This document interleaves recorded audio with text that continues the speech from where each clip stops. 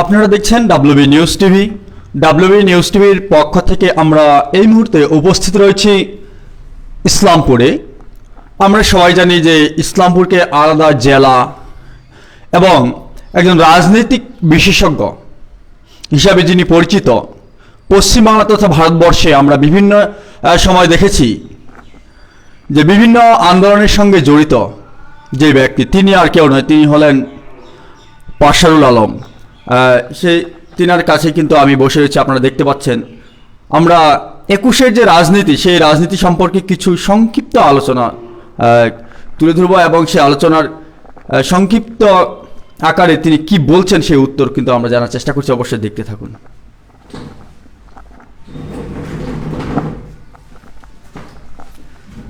আপনাকে WB news টিভির পক্ষ থেকে ওয়েলকাম জানাচ্ছি।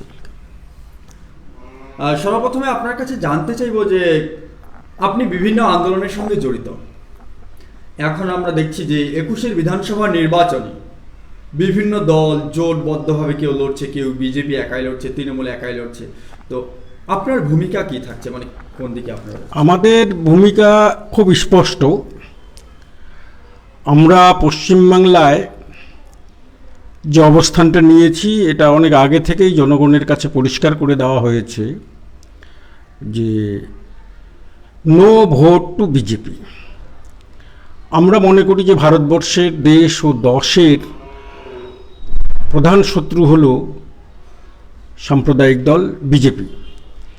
এই বিজেপিকে হারানোর জন্য আমরা দিল্লি থেকে শুরু করে, অর্থাৎ যে কৃষক আন্দোলনের সঙ্গে আমি ব্যক্তিগতভাবে যুক্ত, এনএপিএম কৃষক আন্দোলনের সঙ্গে যুক্ত, এবং সেই এনএপিএমের জাতীয় কনভেনার হিসাবে সেই দায়িত্ব আমার উপরেও বর্তায়। ফলে আমরা সিঙ্গুর, নন্দীগ্রাম এবং কলকাতার একাধিক জায়গায় কয়েকদিন আগেই সভা সমাবেশ করলাম এবং উত্তরবঙ্গ আমাদের সভা সমাবেশ হবে। আমাদের একটাই বক্তব্য, নো ভোট টু বিজেপি। বিজেপিকে কোনো মতেই ভোট দেওয়া যাবে না। এখানে আপনার কাছে জানতে চাইবো যে আপনারা তাহলে কোন দলকে সমর্থন করছেন? আপনাদের একটা রাজনৈতিক দল ছিল। আমরা কোনো রাজনৈতিক দলকে সরাসরি এইভাবে আমরা বলছি না যে অমুক দলকে ভোট দিন কি অমুক দলকে ভোট দিন। একটা কথা খুব পরিষ্কারভাবেই বলছি যে বিজেপিকে ভোট কোনো মতেই দেবেন না। এইবারে প্রশ্ন হলো, তাহলে তো মানুষ জানতে চাইতেই পারে তাহলে কাকে ভোট দিব। অবশ্যই। তো আমরা বলছি যে সম্ভাব্য, অর্থাৎ বিজেপিকে ১ নম্বর শত্রু ধরে সেইখানে যে সম্ভাব্য আরেকজন যে তার প্রতিদ্বন্দ্বিতা করছে, সে প্রথম স্থানে থাকতে পারে, দ্বিতীয় থাকতে পারে, সেই ব্যক্তিটাকে, সেই দলটাকে এগিয়ে নিয়ে যাওয়া। সেটা কোনো রাজনৈতিক দল হতে পারে, নির্দল প্রার্থী হতে পারে, তৃণমূলের হতে পারে, সিপিএমের হতে পারে, কংগ্রেসের হতে পারে, তাতে আমাদের কোনো আপত্তি নেই। মানুষ কাকে ভোট দেবে না দেবে সেই জায়গাটাতে আমরা সাজেশন করব না। আমরা সাজেশন এইটা দিচ্ছি যে বিজেপিকে হারাবার মতো যেই দলটা, যে ব্যক্তিটা ওই বিধানসভা আসনে এগিয়ে আছে, তাকেই ভোট দিয়ে বিজেপিকে পরাস্ত করুন, বিজেপিকে পরাজিত করুন। যে কোনোভাবে বিজেপিকে পরাজিত করার জন্য যেই দলটি শক্তিশালী, সেই দলকেই ভোট দেওয়ার জন্য আপনারা করছেন। তো পশ্চিমবাংলায় কোন দল শক্তিশালী রয়েছে আপনার মতে? আপনি একজন রাজনৈতিক বিশেষজ্ঞ মনে করছি আমরা, কি বলবেন? পশ্চিমবঙ্গে এই মুহূর্তে যদি বলা যায় যে দুটো দল এইখানে রয়েছে শক্তিশালী বলতে গেলে। যে একটা শক্তিশালী হচ্ছে কি অবশ্যই শাসক দল তৃণমূল কংগ্রেস, আরেকটা ইদানিং যে আবেগকে, বাঙালি আবেগকে কাজে লাগিয়ে আরেকটা দল কিছুটা হলেও শক্তিশালী হয়েছে, সেটা হলো যে বিজেপি দল। এই দুটো দলকে যদি একটা পাল্লায় রাখা যায়, তাতে আমি বলবো যে বিজেপি থেকে তৃণমূল ভালো। বিজেপি থেকে তৃণমূল ভালো। কিন্তু আরেকটা যেটা খুব ফ্যাক্টর হবে, মানুষ বলছে, অনেকের মানুষের মতে, যে সাম্প্রদায়িক ইস্যুটা কি কাজ করবে?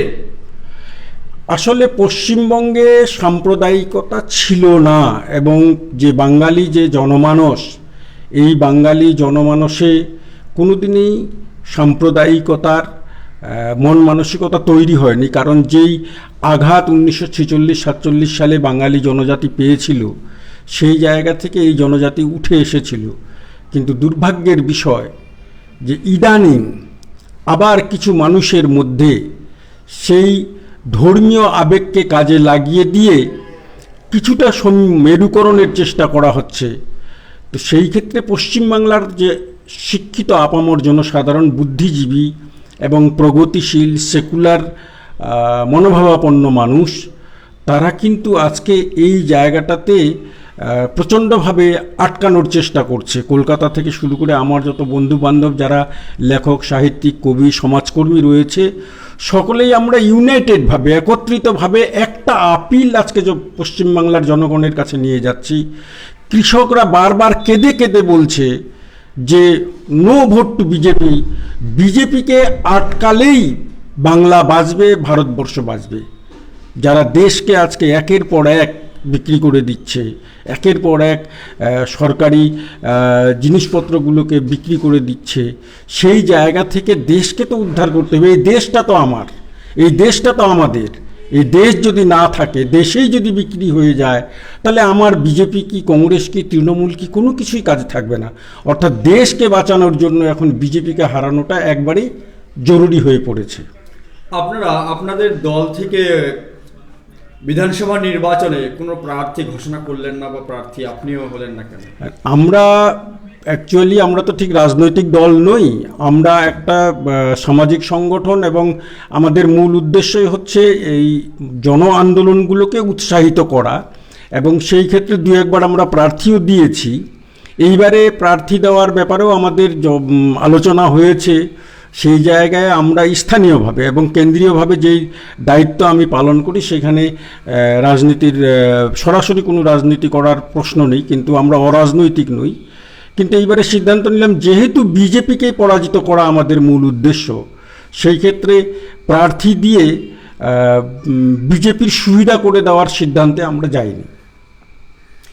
আপনার মতে শক্তিশালী যে দলটা রয়েছে, বিজেপির বিরুদ্ধে যে দলটা লড়ছে, সেই দলকে ভোট দেওয়া উচিত? অবশ্যই, যে বিজেপিকে পরাজিত করাই আমাদের মূল উদ্দেশ্য।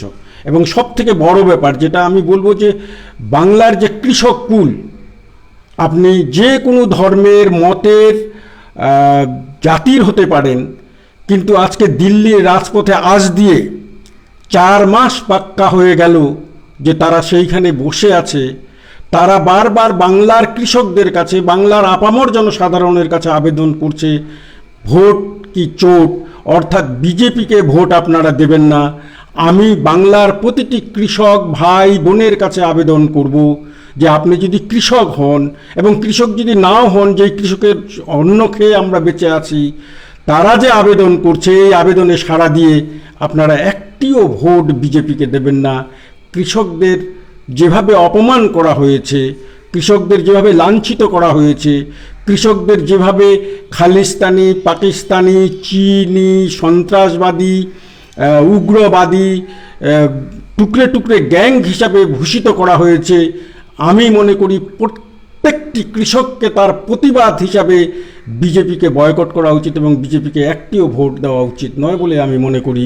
তাহলেই কিন্তু কৃষকদের যে অন্নদাতা, যারা আমার সন্তান সন্ততিদেরকে যারা খাওয়ায়, তাদের আবেদনে যদি আমি সাড়া না দিই, তাহলে এটা আমার মনে হয় যে আমরা এটা অন্যায় করব, এটা আমরা পাপ করব। তাই বলবো নো ভোট টু বিজেপি। আরও আপনার কাছে জানতে চাইব যে দিলীপ ঘোষ থেকে অমিত শাহ থেকে শুরু করে যোগী আদিত্যনাথ, তিনারা কিন্তু পশ্চিমবাংলায়, মনে করতে পারি যে পশ্চিমবাংলায় বসবাস করছেন, কারণ এত আসতেছেন যে মমতা বন্দ্যোপাধ্যায়কে হারানোর জন্য। তাহলে সেই তাদের যে পরিশ্রম, সেই পরিশ্রমের ফল কেমন হবে বলে মনে হয় আপনার? আসলে 5টা রাজ্যে ভোট হচ্ছে, এবং এই 5টা রাজ্যের মধ্যে ওরা 4টা রাজ্য অলরেডি ছেড়েই দিয়েছে। তামিলনাড়ু, কেরল, পন্ডুচেরি, আসাম, এটাতে ওরা বিজেপি ভেবেই নিয়েছে যে ওইখানে আমরা আর জয়ী হতে পারবো না। পশ্চিমবাংলায় ওরা একটা সম্ভাবনা দেখছে তার কারণ, যেই সমস্ত মানুষের যারা দুর্নীতিগ্রস্ত ছিল, সেই দুর্নীতিগ্রস্ত মানুষগুলোকে আজকে বিজেপি আশ্রয় দিয়েছে। যাদের সিবিআইয়ের ভয় দেখিয়ে, ইডির ভয় দেখিয়ে, সেই মানুষগুলো আজকে বিজেপির ছত্রছায়া থেকে নির্বাচনী লড়াই করছে। ফলে ওরা একটা আশার আলো দেখতে পাচ্ছে যে যতটুকু সম্ভাবনা, সেই সম্ভাবনাটুকু পশ্চিমবাংলায়। তো এই জন্য আজকে ওরা এখানে বসে আছে, কিন্তু বাংলার যে সংস্কৃতি, বাংলার যে মন মানসিকতা, বাংলার যে মানুষের যে চরিত্র ভাবনা, সেই ক্ষেত্রে ওরা খুব একটা সুবিধা করতে পারবে বলে মনে হচ্ছে না।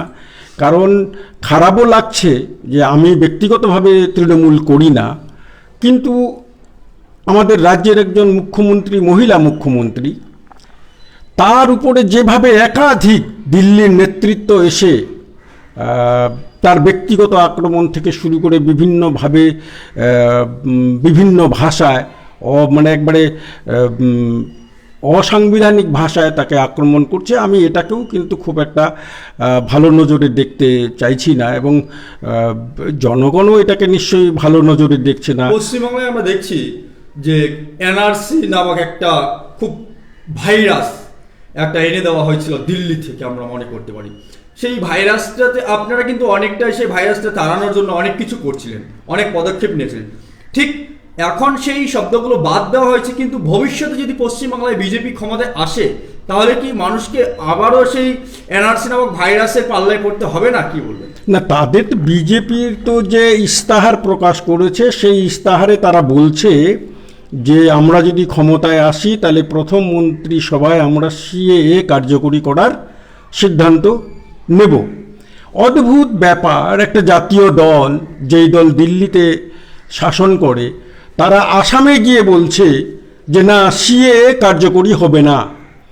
আর আসামের বর্ডারটা ক্রস করলেই পশ্চিমবাংলা, সেইখানে এরা এসে বলছে যে আমরা মন্ত্রিসভার প্রথম সভায় সিএএ কার্যকরী করব। এই দ্বিচারিতা, অর্থাৎ এইগুলো মিথ্যা মানুষকে প্রতিশ্রুতি দেওয়া এবং মিথ্যা কথা বলা, বিশেষ করে মতুয়া জনসমাজকে এই ভাওতাটা তারা দেওয়ার চেষ্টা করছে, যে তাদেরকে বলছে যে আমরা নাগরিকত্ব দিব। কিন্তু আমি জানি যে যদি সিএএ কার্যকরী হয়, কারণ যখন গোটা পশ্চিমবাংলায় ভারতবর্ষে সিএ এনআরসি নিয়ে আলোচনা হয়নি, তখনই আমার একটা পুস্তিকা বেরিয়ে গেছিল সিএ এবং এনআরসির মানে মুসলিম জনজাতির কি সমস্যা হবে, মতুয়া জনজাতির বা উদ্বাস্তুদের কি সমস্যা হবে, তার উপরে অনেক আগেই, প্রায় 1 বছর আগে, এই আন্দোলনগুলো শুরু হওয়ার 1 বছর আগে আমার একটা বই বেরিয়ে গেছিল এই বিষয়ে।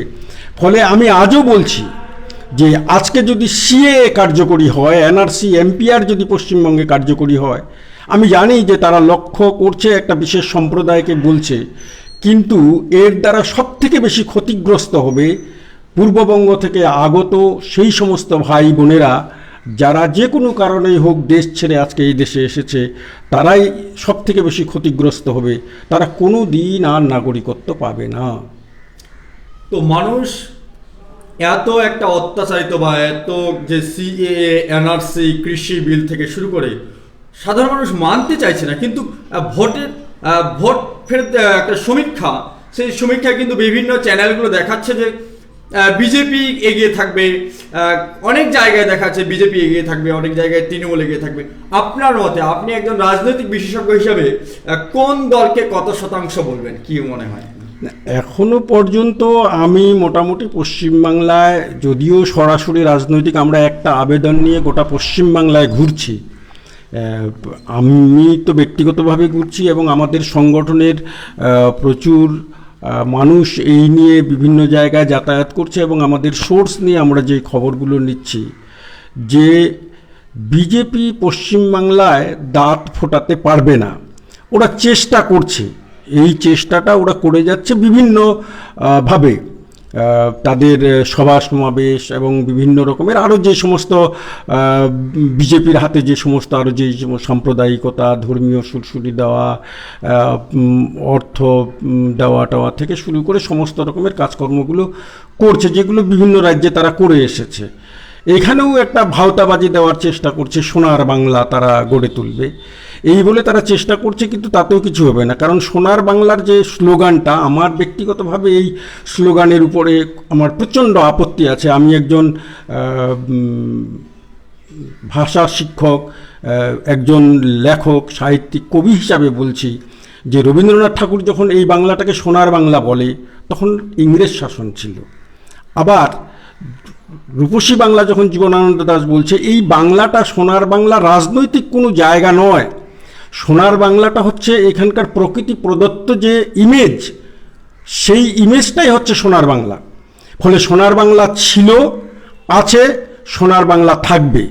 সরকারে কে আসলো কে গেল তাতে আমার বাংলার যে প্রকৃতিগত যে বাংলা, ধনধান্যে পুষ্পভরা আমাদের এই বসুন্ধরা, সেটা থাকবে, সেটা আছে। ফলে এই ধরনের একটা কথা বলে মানুষকে বিভ্রান্ত করাও আমি ঘোর বিরোধী।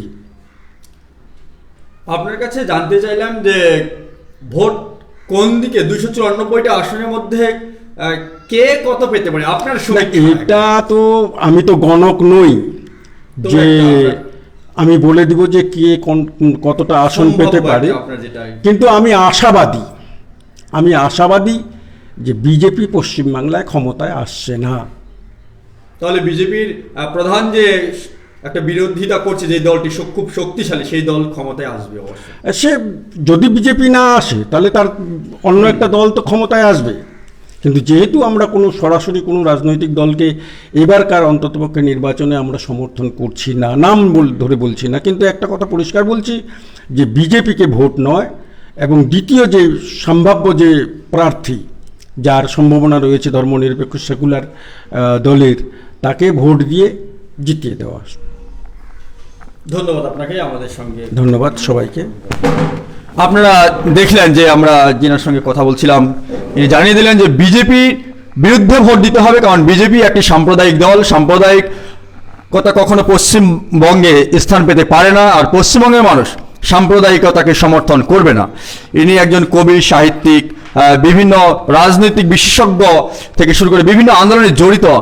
তিনি কিন্তু এই কথাটাই বললেন, তিনি কখনো বললেন না কোন দলকে ভোট দেবেন। আপনারা আপনাদের এই বিচার করতে হবে। সেই বক্তব্যগুলো নিশ্চয়ই শুনেছেন আপনারা। বিজেপির বিরুদ্ধে যেই দলটি খুব শক্তিশালী সেই দলকে অবশ্যই ভোট দিতে বলছেন তিনি। ক্যামেরা পার্সনের সঙ্গে আমি জাহিদুল ইসলাম।